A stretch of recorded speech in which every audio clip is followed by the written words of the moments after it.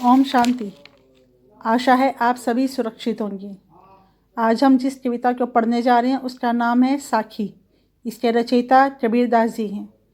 इनका जन्म 1398 में हुआ माना जाता है। इनका आविर्भाव ऐसे समय में हुआ जब राजनीतिक, धार्मिक और सामाजिक विषमताएं अपनी चरम सीमा पर थी। इनके द्वारा रचित साखी रचना उपदेशात्मक व नीतिपरक है। छात्रों, साक्षी शब्द का तद्भव है। साक्षी शब्द साक्ष्य से सृजित है, जिसका अर्थ होता है प्रत्यक्ष ज्ञान। ऐसा प्रत्यक्ष ज्ञान जो गुरु अपने शिष्य को प्रदान करता है। कबीर की भाषा शैली के बारे में आचार्य द्विवेदी लिखते हैं, कबीर वाणी के डिक्टेटर हैं। उनका भाषा पर जबरदस्त अधिकार था। उनकी भाषा में राजस्थानी, पंजाबी, अरबी, फारसी का सम्मिश्रण उपलब्ध होता है, इसलिए उसे शुक्ल जी ने सुदुखड़ी कहा है। निश्चय ही कबीरदास जी हिंदी के अद्वितीय कवि हैं। छात्रों, अब हम दोहों के अर्थ को समझेंगे। पहले मैं आपको शब्दों के अर्थ बताने जा रही हूँ, उसके पश्चात इसकी व्याख्या। छात्रों, पहली साखी है, ऐसी वाणी बोलिए मन का आपा खोई, अपना तन शीतल करे औरों को सुख होई। वाणी मतलब वचन, भाषा, बोली। आपा अहंकार, तन शरीर, शीतल प्रसन्नता होना, सुख का अनुभव होना, औरन औरों को।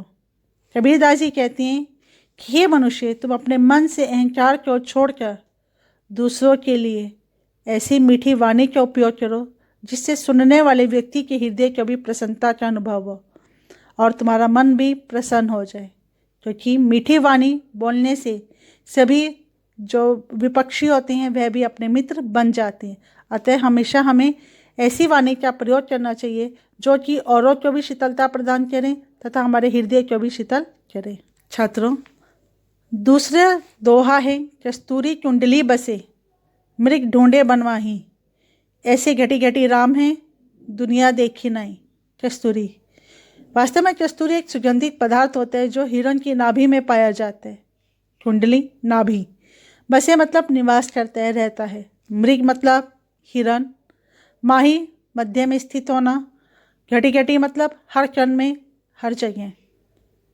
कबीरदास जी कहती हैं कि जिस प्रकार से कस्तूरी नामक सुगंधी पदार्थ हिरण की नाभि में उपस्थित होता है, परंतु वह अज्ञानतावश इस बात से अनभिज्ञ होता है कि वह सुगंधी पदार्थ उसकी नाभि में है।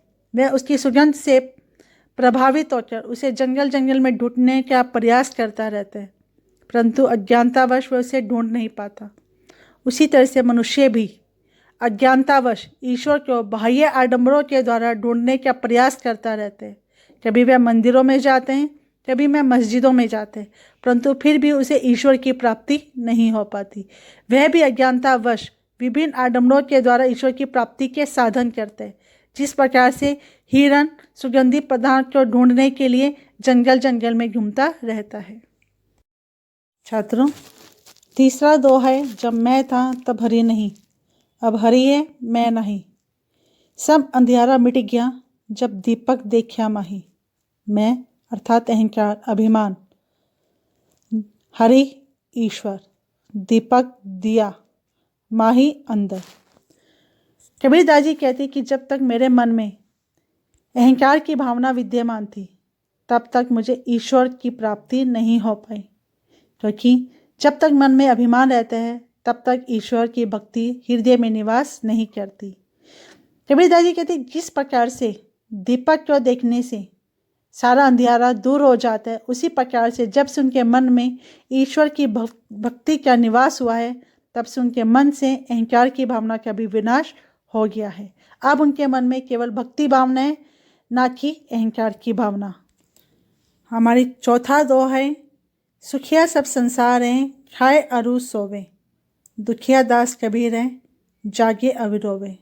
यहाँ पर सुखिया शब्द का अर्थ है सुखी व्यक्ति, खाए खाना, अरु मतलब औरों और दूसरे व्यक्ति, दुखिया मतलब दुखी, दास मतलब ईश्वर। कवि ने ईश्वर के लिए प्रतीक स्वरूप इसका प्रयोग किया है। कबीरदास जी कहते कि इस संसार के वे सभी व्यक्ति सुखी हैं जो खाते हैं और सो जाते हैं, अर्थात जो स्वार्थी प्रवृत्ति के लोग हैं, जो दूसरों के दुखों से विचलित नहीं होते, वे केवल अपने हित के विषय में ही सोचते रहते हैं। ऐसे व्यक्ति इस संसार में सुखी रहते हैं। इसके विपरीत वह व्यक्ति जो दूसरों के दुख से विचलित हो जाती हैं, जो दूसरों के दुखों को दूर करने का प्रयास करते रहते हैं, ऐसे व्यक्ति हमेशा दुखी रहते हैं। और कबीरदास जी कहते हैं कि मैं भी दुखी हूँ, क्योंकि मैं दूसरों के दुखों से विचलित हो जाता हूँ, उन्हें दूर करने का प्रयास करता हूँ। और जो ये संसार के अन्य लोग हैं वे सुखी हैं, क्योंकि वे केवल अपने हित के बारे में सोचते हैं, दूसरों के परोपकार की भावना उनके मन में नहीं होती। छात्रों, 5वां दोहा है, विरह भुवंगम तन बसे, मंत्र ना लागे कोई, राम वियोगी ना जीवे, जीवे तो बोरा होई। विरह मतलब मिल ना पाना, दूरी, भुवंगम साप, तन शरीर, बसे रहता है, मंत्र उपाय, वियोगी प्रेम में तड़पने वाला, जीवे जीता है, बोरा पागल। यहाँ कबीरदास जी ने विरही व्यक्ति की तुलना सांप के विष से की है। वे कहते हैं कि जिस प्रकार से सांप के डसने के पश्चात उसका जो विष होता है वह अपना प्रभाव छोड़ देता है, यदि विष के प्रभाव को दूर करने के लिए किसी भी प्रकार का मंत्र किया जाता है तो वह अपना प्रभाव नहीं छोड़ता, अर्थात उस विष पर किसी भी प्रकार का प्रभाव, मंत्र का प्रभाव नहीं होता। इसी प्रकार जो ईश्वर की भक्ति में लीन व्यक्ति होता है, उसके मन में ईश्वर की भक्ति इतनी अधिक समा जाती हैं कि उस पर सांसारिक मोह माया का प्रभाव नहीं पड़ता। वह संसार में जीवित तो रहता है, परंतु वह सांसारिक मोह माया से बहुत अधिक दूर रहता है। उसकी लालसा केवल ईश्वर दर्शन की प्राप्ति होती है, ईश्वर की भक्ति करना होता है। वह संसार में जीवित रहते हुए भी सांसारिक मोह माया से बहुत अधिक दूर होता है। 6वां दोहा है, निंदक नेड़ा राखिए, आंगनी टूटी बंधाई, बिन साबन पानी बिना, निर्मल करे सुभाई। निंदक आलोचना करने वाला, बुराई करने वाला, निंदा करने वाला। नेड़ा मतलब अपने पास में, बिन मतलब बिना, साबन अर्थात साबुन, निर्मल पवित्र स्वच्छ साफ, सुभाई मतलब हमारा चरित्र, हमारा मन, हमारा स्वभाव। कबीरदास जी हमें उपदेश देते हैं कि जो हमारी निंदा करने वाला होता है, अर्थात जो हमारा आलोचना करने वाला, जो हमारी आलोचना करने वाला व्यक्ति होता है, वह हमारा सबसे बड़ा हितैषी होता है, अर्थात सच्चा मित्र होता है। क्योंकि जिस प्रकार से हम अपने शरीर की मैल को दूर करने के लिए साबुन और पानी का इस्तेमाल करते हैं, ये जो निंदक व्यक्ति होते हैं, आलोचना करने वाले व्यक्ति होते हैं, ये बिना साबुन और पानी के ही हमारे मन के, हमारे चरित्र की और हमारे स्वभाव की दुर्बलताओं को दूर करके उसे शुद्ध कर देती हैं।